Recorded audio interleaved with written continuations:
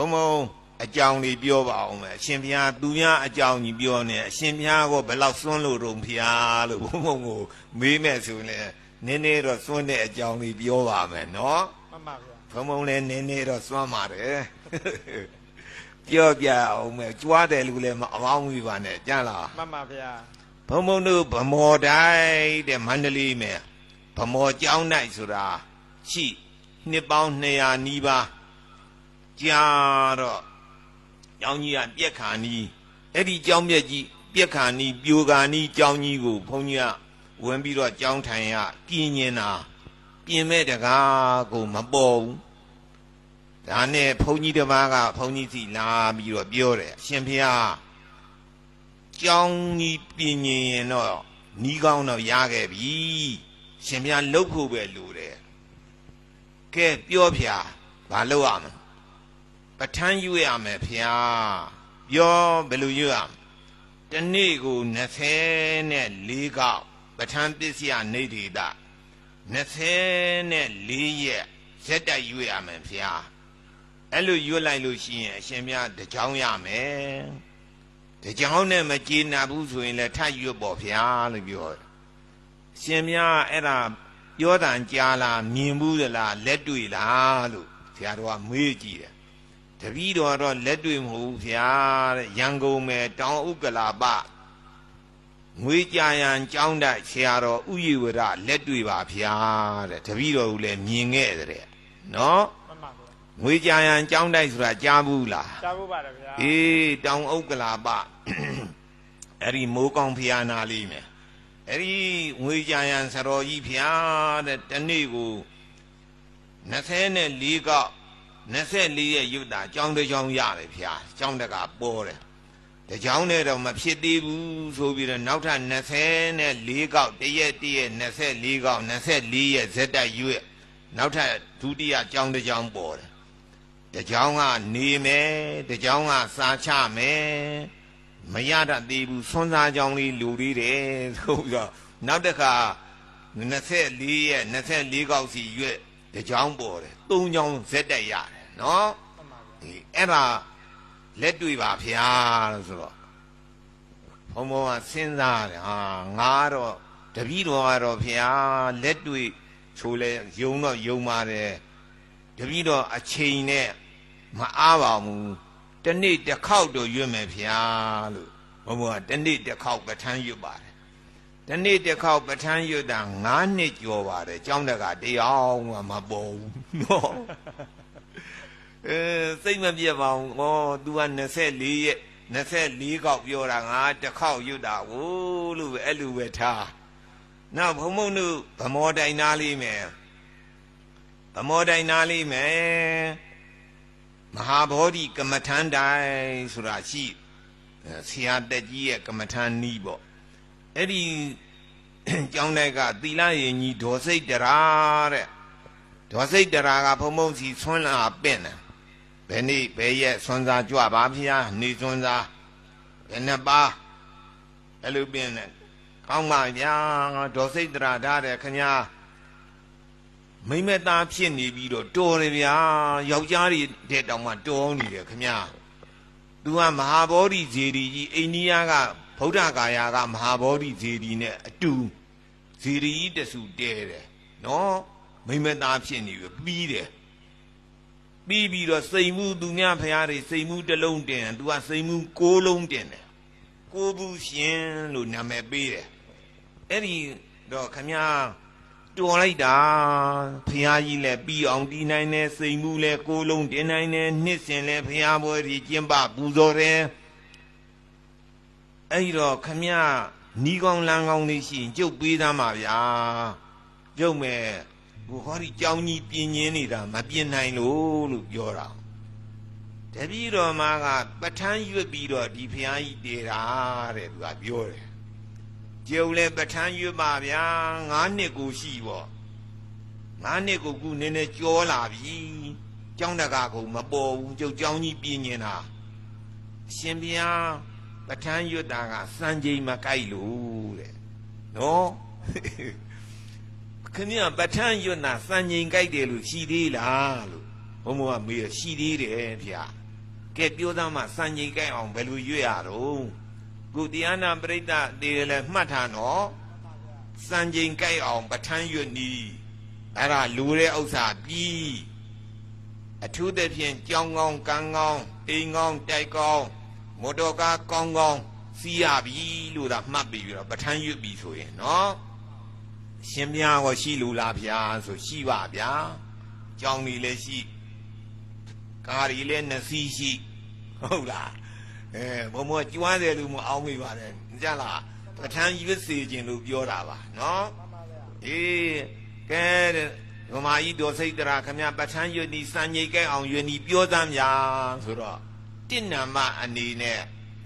တန်ရှင်းရှင်းလေးရွတ်ရတယ်တဲ့တဏ္ဏမဘယ်လိုတဲ့တော့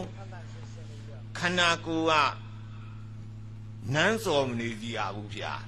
မျက်နှာတစ်လိုက်လက်တွေချီတွေဆေးလိုက်သိပ်ပြီးတော့မှနန်းစော်နေတယ်ဆိုရေချိုးပြလိုက်အောင်သင်္ကန်းလည်းပဲညှင့်ပတ်နေတဲ့သင်္ကန်းမဝတ်နဲ့ဗျာတဲ့သူကပြောတယ်ဘာဖြစ်လို့လဲဗျာခမရနဲ့ဒီခန္ဓာကိုယ်အပုတ်ကောင်ကြီးပဲပုတ်မှန်ပေါ့နာမှာပေါ့မဟုတ်သေးဘူးဗျာတဲ့ပဋ္ဌာန်းရွတ်ပြီးဆိုရင်နတ်တီပြမာရီကလာပြီးတော့ပဋ္ဌာန်းနာတယ်ရှင်ဘုရားကနန်းစော်နေတဲ့ညစ်ပတ်ပေးတည်နေဆိုမလာခြင်းဘူးဗျာတဲ့သူတို့ကလူစော်နန်းနဲ့ဆိုပြီးတော့နော်အဲ့တော့တဏ္ဏမဘာလို့ရမလို့တဏ္ဏရှင်းရှိစီရမယ်မျက်နှာတစ်လိုက်လက်တွေချီတွေဆေးလိုက်သင်္ကန်းညစ်ပတ်နေတယ်ဆိုရင်လဲလိုက်အဝတ်တွေအင်ကြီးလုံကြီးတွေညစ်ပတ်နေလဲလိုက်တဏ္ဏမနော်နှစ်နာမကဲဘာတော့ညာဆိုတော့နှစ်နာမအချိန်မှန်မှန်ရွတ်ရတယ်ဗျာနှစ်နာမဘာတဲ့တော့အချိန်မှန်မှန်ရွတ်ပါတယ်ဗျာအချိန်မှန်မှန်တော့ဘာပြီလို့တော့ဗျာတနေ့တစ်ခါရွတ်တော့ပေါ့ဘုံဘုံကအဲ့လိုပြောတယ်မဟုတ်သေးဘူးဗျာတဲ့ဥပမာအပြင်အရှင်ဘုရားရှင်းနာကြီးပဋ္ဌာန်းရွတ်တယ်ထားပါတော့သူတို့ချင်းပြောတယ်တဲ့နောက်ပိုင်းကြတော့တို့ရှင်းနာကြီးထိုးပြီဗမောဆရာတော်ပဋ္ဌာန်းရွတ်လိုက်မယ်တွားပဋ္ဌာန်းရနာကြသူဆိုလို့လာဒီကြတော့အရှင်ဘုရားပဋ္ဌာန်းမရွတ်ဟိုလုတ်ဒီလုတ်လျှောက်လုတ်နေတယ်ဆိုရင်စိတ်တူပြန်သွားကြလာတယ်ဟုတ်ကလားအဲ့ဒါကြောင့်နှစ်နာမအနေနဲ့ဘယ်လိုရွတ်ရမလို့အချိန်မှန်မှန်ရွတ်ရမယ်ကဲကောင်းပြီဗျာလို့အချိန်မှန်မှန်ရွတ်မယ်သုံးနာမကဘာတော့သုံးနာမကတီဗီနာလာလေးကျေလေးရွတ်ရတယ်တဲ့အရှင်ဘုရားကဟေတုပစ္စယောအရမဏပစ္စယောဒီပတိပစ္စယောနဲ့ဒီလိုလေးစီမံမှန်းတဲ့လိုလေးလုပ်နေတယ်သူတို့ကမကြားဘူးဗျာနော်ဘယ်လိုရွတ်ရမလဲတော့ကျေလေးပြီးနာတာလေးရွတ်တဲ့ကဲကျုပ်ရွတ်ပြမယ်ဗျာဆိုဟေတုပစ္စယောအရမဏပစ္စယောဒီပတိပစ္စယောအနန္တရပစ္စယောကြိုက်ကလားကြိုက်တယ်ဗျာအဲ့လိုရင်ကောင်းတယ်တဲ့သူကအဲ့တော့သုံးနာမကပြီးနာတာကျဲရွတ်လေးနာမကခြီသေးလားဗျာဆိုလေးနာမကြတော့ပြီးဆိုရင်ပဋ္ဌာန်းတရားနာတဲ့နတ်ဒီပြမာတွေအမျှဝေပါဤဖေဟာအမျှဝေပါဤဗျာဆိုပြီးတော့အမျှဝေလိုက်အရှင်မြတ်လိုချင်တာလေးလေပြောလိုက်တဲ့မပြောလဲကိစ္စမရှိဘူးဗျာသိတယ်တဲ့သူတို့ကနတ်ပြမာတယ်သူများစိတ်အကြံသိရှင်မြတ်ကြောင်းကြီးပြင်းနေတယ်ဆိုသူတို့ကသိအဲ့ဒါနတ်တွေပြမာတွေလို့လိုက်ခဏလေးပြီးပါတယ်ဗျာလူတွေဒါခက်နေတာပါဟုတ်ကလားကဲဒီလိုဆိုရင်ဒေါ်စိတ်တရာကျုပ်ဒီနေ့ကစပြီးတော့ခမည်းပြောသလိုစံချိန်ကြိုက်အောင်ရွတ်မယ်ဗျာလို့ပြောပြီးတော့ရွတ်ဩ तू ကပြောသွားတယ်စံချိန်ကြိုက်မကြိုက်ကဘယ်လိုလုပ်သိရမလို့ဆိုရင်တခန်းလုံးတကြောင်လုံးမှုကြိုင်လာပြီဆိုရင်အဲ့ဒါစံချိန်ကြိုက်ပြီဗျာတဲ့ဘယ်နဲ့ကြောင်လုံးနတ်တွေပြမာတွေလာပြီဗျာတဲ့သူတို့လာလို့ရှိရင်မှုကြိုင်နေတာသဘောကျလားအေးအဲ့ဒါမှုကြိုင်လာပြီဆိုရင်စံချိန်ကြိုက်ပြီနတ်တီပြမာတွေလာပြီလူကျင်တဲ့ကိစ္စတွေပြီးပြီဒါအောင်းမိပြီတော့တိတ်တိပေါက်ပြီဒါနဲ့ဘုံဘုံကရွက်3-4လလောက်ရှိတော့မှုွေးပါတယ်3-4လလောက်ရှိတော့မှုွေးတော့စိတ်ကူးတယ်နတ်တီပြမာတွေတော့လာပြီနဲ့တူတယ်ခါလူကြတော့လည်းအဲ့လိုစိတ်မကူးဘူးဖះရှိကအမွှေးတိုင်းနေရေမွေးတိုင်းနေလေဝေး မွေးတာတကယ်နတ်တွေပြမာတွေလာတာမဟုတ်ဘူးအဲ့လိုစိတ်ကူးကတမျိုးကူးလိုက်ပြန်ရောအဲ့လိုနဲ့နေ5-6 လလောက်ရှိတော့တရက်သားဘုံဘုံကညနေ4 နာရီ5 နာရီလောက်ရေချိုးသင်္ကန်းလဲခေါင်းရိပ်ပြီးတော့ည8 နာရီလောက်ကြာတော့အော်ပြီးတော့ပဋ္ဌာန်းကြီးပြန်အော်ပြီးတော့ပြန်နေတာအဲ့ဒီကြတော့မှုကြိုင်းလို့တကြောင်လုံးဟောလို့မျက်နှာချက်ကနေပြီးတော့ရေပေါက်ကလေးတွေနှင်းပေါက်ကလေးတွေလို့ကြအဲ့ဒါခေါင်းကိုဒီလိုလေးတတ်ထည့်ပြီးတော့မှုကြည့်လိုက်ဟာတင်မှုပါလားလို့အောက်မေ့တယ်အဲ့ဒီလိုမဲ့တခါကြီးတယောက်ကဆွမ်းစားလာပင့်ဆရာတော်ဖျားနဲ့သူကအောက်ထပ်ကနေပြီးတော့အပေါ်တက်တက်လာတခါကြီးလားဘာလို့ကိစ္စပြောဆွမ်းစားပင့်ပါတယ်ဘယ်နေ့ဘယ်ရက်လက်ဖြင့်ကဘယ်နှစ်နာရီဘယ်နှပါပေါ့ကဲကောင်းပြီတခါကြီးပြန်ကြုတ်ပဋ္ဌာန်းရွတ်နေတယ်ဗျာဆိုဆရာတော်เจ้าကမှုရလာကြီးလားဖျားတယ်သူကပြောတယ်တကြောင်လုံးရင်ဝေးတွေဖြန်းထားသလားဖျားမဖြန်းပါဘူးဗျာတခါကြီးမဖြန်းရင်ဆရာတော်ကြည်အောင်ဗျာရင်မွေးပလင်းလဲပြီတဲ့သူကစိတ်ကူးနေပြောတယ်သူကကျုပ်เจ้าရင်မွေးပလင်းကိုမရှိပါဘူးတခါကြီးဟာလို့ဝေးလိုက်တာဖျားတဲ့သူကပြောပြီးတော့ဆင်းသွားတယ်ဆရာတော်ကလည်းအထူးမပြောပါဘူးသူပြောရင်ရှင်းပြနေအောင်မှာဆိုတော့ကဲဒီတတိုင်းမဲ့ထားလိုက်ဆိုတော့ဆရာတော်ကတော့သဘောပေါက်ပြီပေါ့ငါတယောက်တည်းမွေးတာမဟုတ်ဘူးသူများလည်းမွေးတာဆိုတော့နတ်တီပြမာတွေလာတာဟုတ်တယ်နဲ့တူတယ်လို့အောင်းမေ့အဲ့ဒီနေ့ကစားပြီးတော့ဘုံဘုံတွေကြီးပါတယ်ဗျနော်မိုးကုတ်ကတကားလေးလာကြောင်းလေးဆောက်ကြောင်းလေးပြင်းဘုံမလည်းဆောက်တကားတယောက်ကပြီးတော့ကြတော့ကောင်းမိတ်ဆိုတဲ့ကားတွေလှူအဲ့ဒါလိုလှူတယ်စားစရာတောက်စရာတွေပေါ်တယ်ဘုံကြီးလာတာပေါ့ကျောင်းကြီးကလည်းပြင်ရင်တော့ဘယ်လိုဖြစ်လာတော့ဆိုတော့ကျောင်းကြီးပြင်မှုကအကျောင်းကတိုက်ဆိုင်လာပုံကမင်းကွန်တိပိဋကဆရာတော်ကြီးဦးစိတ်တာဆိုတာကြားဘူးတယ်မဟုတ်လားဘုံဘုံတို့ရဲ့ဆရာကြီး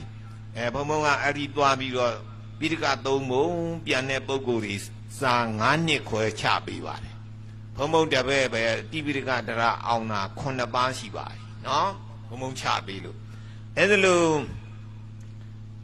တိပိဋကဆရာတော်ကြီးတစ်ချိန်တော့နေမကောင်းကိုဦးတန်းရွှေတို့ဝကျုပ်ခင်ညွန်းတို့ဦးမောင်အေးတို့ပင့်ပြီးတော့ရန်ကုန်ပင့်ဆေးကုပေးပါတယ်ပျောက်သွားတော့ဆရာတော်ကြီးကဘယ်လိုအမိန့်ရှိရုံဆိုတော့ဆရာတော်ကိုအမှတ်ရလို့ပေါ့မန္တလေးဗမော်တိုက်ကြီးတော်တော်ပြက်နေပြီတခါကြီးတို့ပြင်လိုက်ကြလို့ပြောတယ်အဲ့လိုပြောလိုက်တော့သူတို့ကလည်းအားတင်တယ်ပေါ့ဟာဆရာတော်ကြီးကဗမော်ဆရာတော်အတက်ပြောပြီးတယ်အဲ့တော့ဦးတန်းရွှေကဟေးမောင်ခင်ညင်သွားပြီးတော့ပြင်လိုက်กว่าမယ်ကောင်းပြင်လိုက်ရမလားဖေဘယ်လိုပြင်လိုက်ရမလို့မေးတယ်ကောင်းသာပြင်လိုက်စမ်းပါกว่าဆိုအဲ့လိုပြောလိုက်တာနဲ့ဘုံဘုံကြောက်ကြီးအကောင်းစားဖြစ်တဲ့ပေါ့ဗျာနော်အေးဘယင်ကပြင်တော့ခဏလေးပေါ့ဗျာကျွန်းနိုင်ကြီးတွေတစ်ဖက်လောက်ရှိတဲ့ကျွန်းနိုင်ကြီးတွေရအကုန်လုံးပြီးစီသွားအဲ့တော့ဘုံပြောလို့ရင်ကပဋ္ဌာန်းတရားရွတ်ဖတ်30ရင်လည်းပဲလူတဲ့စုတွေတိတ်တိပေါက်ပါတယ်